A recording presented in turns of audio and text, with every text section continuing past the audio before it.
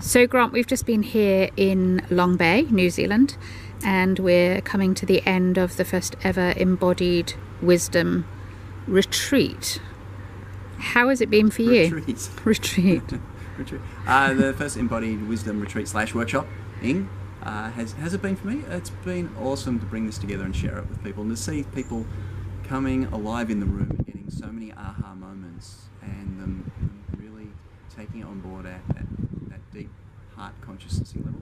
But for me, it was like, especially this morning after they've had the first day and then the night to sleep and digest on it, for them to come in and say that some of the distinctions that I shared with them the day before, the tools, the experiences, that they were profound for them, and they were the same ones that were profound for me. You know, it's like there's been a couple of techniques which all the rest build up to as layering and layering and layering, but it's to get to this way of consciousnessing which is simple yet profound, and I found it so for me, and to share it with other people and have that validation where they're going, you know, of course I've actually researched it, but to have a whole room full of people come back in and go, wow, that was worth the price of admission just for this one thing that we got.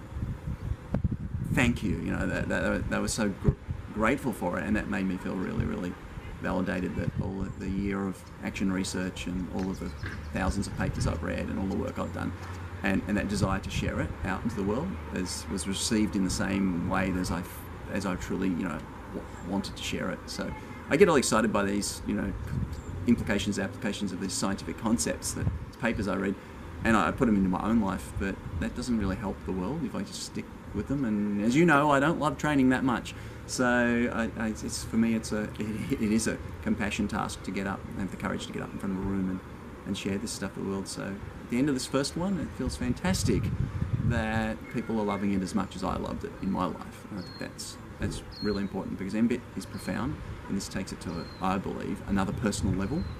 You know, so it's not about coaching, but it is about how you embody a consciousnessing of wisdom consciousnessing, and how much vitality you can bring to your own life for the deep purpose of being truly, authentically you.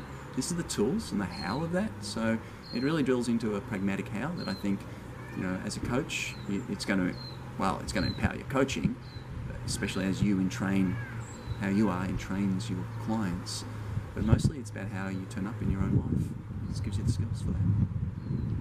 Awesome. I'm sure in the midst of that you said you love getting in front of a room and sharing your new thinking and evolving. I say something like that. Though I really would like other trainers to be able to take this model and spread it out. Yeah, I can edit that bit out. Okay. So a couple of bits that seem to have stood out for people. How can we go around the question being, okay, so as an emBit coach, we're taught to look at, feel, be with head, heart and gut. Yeah. There's a subtle and yet profound shift that happens in this workshop that takes you from thinking about what heart is feeling, yeah, and shifting how you are doing your mind, where you're consciousnessing and minding from. It truly is. You'll learn how to use your neurology in a new way. So is there a takeaway, a quick 2-sentence version of the evolution of embraining, if you like, that has moved from still being fundamentally head driven to access the heart and gut, yeah, as now coming from working with heart and gut directly? Yeah, you just said it. It literally is. It's a deep understanding from some really, really like leading edge neuroscience work of Professor Dr. Bud Craig, and his work on discovering an area in the head brain which is re-entrant focus. How you place your attention, how you do your presencing, how you do your consciousnessing is literally, it's the fundamental area in your mind-body system where consciousness arises, and the way you place your attention into your body shifts how you do consciousnessing. So once you learn, and it's simple, it's profoundly simple, and it's not one that our society teaches. In fact, our society teaches the exact opposite, and even mindfulness training, etc., has kind of got it wrong because they lost the heart of the matter, shall we say.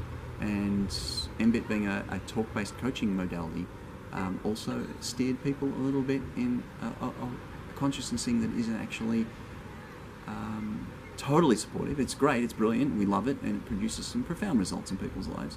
There's this extra nuance in how you do the mindfulnessing of consciousnessing that once you get it, everything shifts, and life in the world is not the same. And that's what it's been for me. I was just so chuffed that everyone else in the room's going, yay, we get the same experience. So yeah, come along, it's a spin out, literally.